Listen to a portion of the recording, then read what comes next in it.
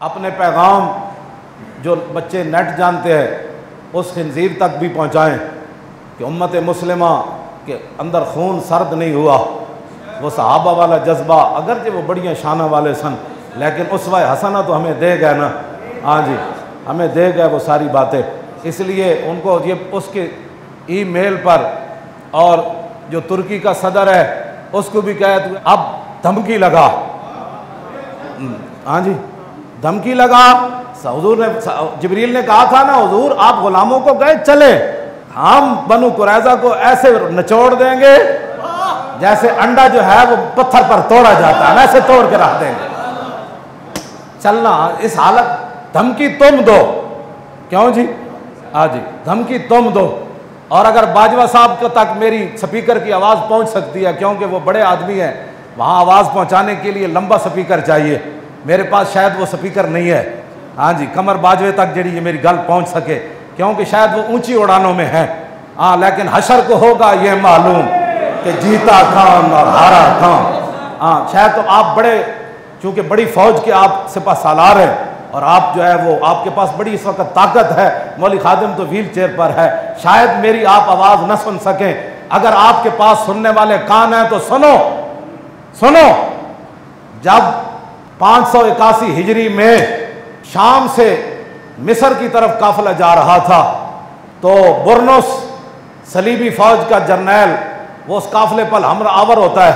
मुसलमान बड़बड़ा जाते हैं, निहत्ते हैं। वो कहने लगे ऐना मुहम्मदुकुम उदुओ यंसुरुकुम।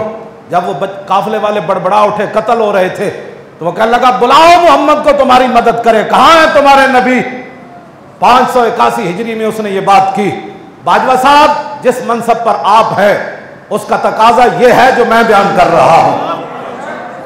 कान, अगर आपके कान तक मेरी ये बात पहुंच जाए तो फिर क़यामत वाले दिन हुजूर के सामने पेश होने के लिए आज आलम कुफर को धमकी लगा। ये तो हुजूर के पूरी दुनिया में बकवास करना चाहता है ना, सारे खनाजीर को जमा करके हुजूर के खाके बनवाना चाहता है, खुद खिंजीर और खनाजीर को जमा करके हुजूर के खाके बनवाना चाहता है। उसने तो इतना ही कहा था, ऐना मुहम्मदुकुम, कहाँ है तुम्हारे नबी, उदुओ, बुलाओ अपने नबी को, यंसुरुकुम, वो नबी तुम्हारी मदद करे।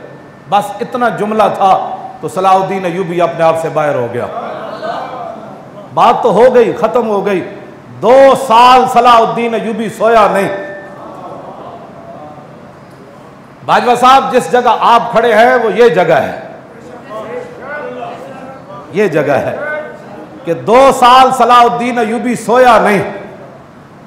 जब नींद आती तो दीवार से टेक लगा के सो जाता, टांगे लंबी करके नहीं लेटा। 2 साल एवं इकबाल नहीं किया कि जनाब गंज हाय हर दो आलम रा कली तेगे अय्यूबियो निगाहे बास। वो जड़ी तेग दी गल की थी ना इकबाल ने, वो तलवार दी, वो तलवार का जिक्र अगे आ रहा। इकबाल कहता दोवें जहाना दे खजाने दियां चाबियां मुसलमाना दे हथ च आ सकदियां, बा यजीद बुस्तामी वाली निगाह होवे ते सलाहुद्दीन अय्यूबी वाली तलवार होवे। गंज हाय हर दो आलम रा कली तेगे अय्यूबियो निगाहे। क्यों जी?